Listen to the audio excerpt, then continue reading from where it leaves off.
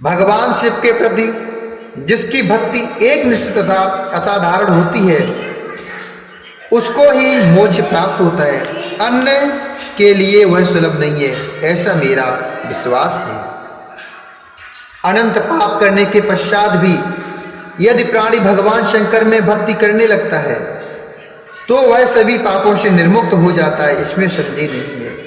जिस प्रकार वन में दावाग्नि से वृक्ष अर्थात जलकर भस्म हो जाते हैं, उसी प्रकार शिव भक्तों के पाप भी शिव भक्ति के प्रभाव से नष्ट हो जाते हैं। भवन्ति भस्मसादि वृक्षा दबुदग्धा यथा वने, तथा भवन्ति दग्धानि सा अंकराणि माघान्यपि।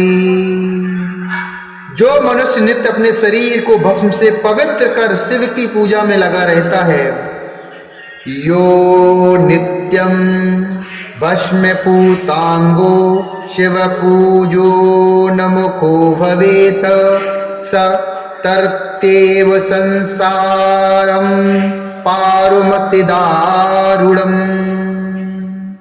जो मनुष्य नित्य अपने शरीर को भस्म से पवित्र कर शिवजी की पूजा में लगा रहता है, वह महान कष्ट देने वाले संसार रूपी अपार सागर को निश्चित ही पार कर जाता है। ब्राह्मणों का धन हरण करके और बहुत से ब्राह्मणों की हत्या करके भी जो मनुष्य विरूपाक्ष भगवान शंकर की सेवा में लग जाता है, उसे उन पापों से लिप्त नहीं होना पड़ता है। संपूर्ण वेदों का अध्ययन केवल संपूर्ण वेदों का अवलोकन करके पूर्ववर्ती विद्वान ने यही निश्चय किया है कि भगवान शिव की पूजा ही संसार बंधन के नाश का उपाय है। हे मुनि, आज से प्रयत्न पूर्वक सावधान रहकर विधि विधान के साथ भक्ति भाव से नित्य जगदम्बा पार्वती सहित महेश्वर सदाशिव का भजन कीजिए। पैर से लेकर सिर तक भस्म का लेप करके सम्यक रूप से आदर पूर्वक सभी श्रुतियों से सुने गए षडक्षर शैव मंत्र ओम नमः शिवाय का जाप कीजिए। प्रत्ययन पूर्वक बताए गए नियमानुसार भगवान शिव के प्रिय रुद्राक्ष को धारण करके अत्यंत सद्भक्ति से ही सविधि मंत्र का जप करना चाहिए। नित्य शिव की ही कथा सुनिए और कहिए। अत्यंत यत्न करके बारंबार शिव भक्तों का पूजन किया कीजिए। शिव भक्तों का पूजन किया कीजिए। प्रमाद से रहित होकर सदा एकमात्र शिव की शरण में रहिए, क्योंकि शिव के पूजन से ही निरंतर आनंद प्राप्त रहता है। हे मुनिश्रेष्ठ, अपने हृदय में भगवान शिव की उज्ज्वल चरणा बिंदों की स्थापना पुरुषाधाय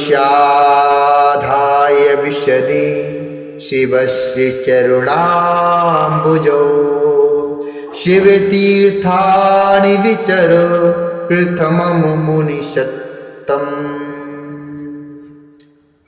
हे मुनिश्रेष्ठ, अपने हृदय में भगवान शिव के उज्ज्वल चरणार बिंदों की स्थापना करके पहले शिव के तीर्थों में विचरण कीजिए। हे मुनि, इस प्रकार परमात्मा शंकर के अनुपम महात्मा का दर्शन करते हुए अंत में आनंदवन काशी को जाइए। वह स्थान भगवान शिव को बहुत ही प्रिय है। वहां विश्वनाथ जी का दर्शन करके भक्ति पूर्वक उनकी पूजा कीजिए। विशेषता उनकी स्तुति वंदना करके आप निर्विकल्प अर्थात संशय रहित हो जाएंगे। हे मुनि, इसके बाद आपको मेरी आज्ञा से भक्ति पूर्वक अपने मनोरथ की सिद्धि के लिए निश्चय ही ब्रह्मलोक में जाना चाहिए।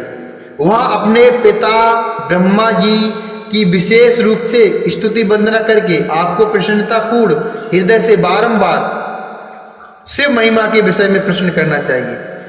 ब्रह्मा जी शिव भक्तों में श्रेष्ठ हैं।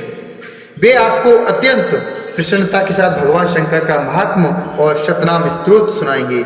हे मुनि, आज से आप शिव आराधना में तत्पर रहने वाले शिव भक्त हो जाइए और विशेष रूप से मोक्ष के भागी बनिए।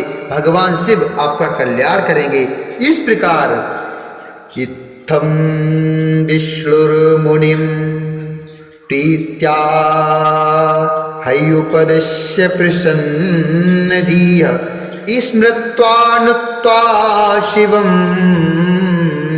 स्तुत्वा तत ईश्वरंतरधीयत। इस प्रकार प्रसन्न चित्त हुए भगवान विष्णु नारद मुनि को प्रेम पूर्वक उपदेश देकर शिव जी का स्मरण, वंदन और इष्टवन करके वहां से अंतर्ध्यान हो गई।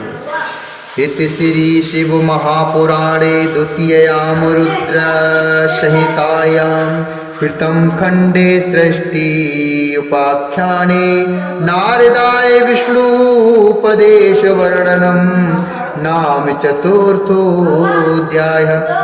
इस प्रकार श्री शिव महापुराण के अंतर्गत द्वितीय रुद्र संहिता के प्रथम खंड में नारद विष्णु उपदेश वर्ण नामक चतुर्थ अध्याय पूर्ण हुआ।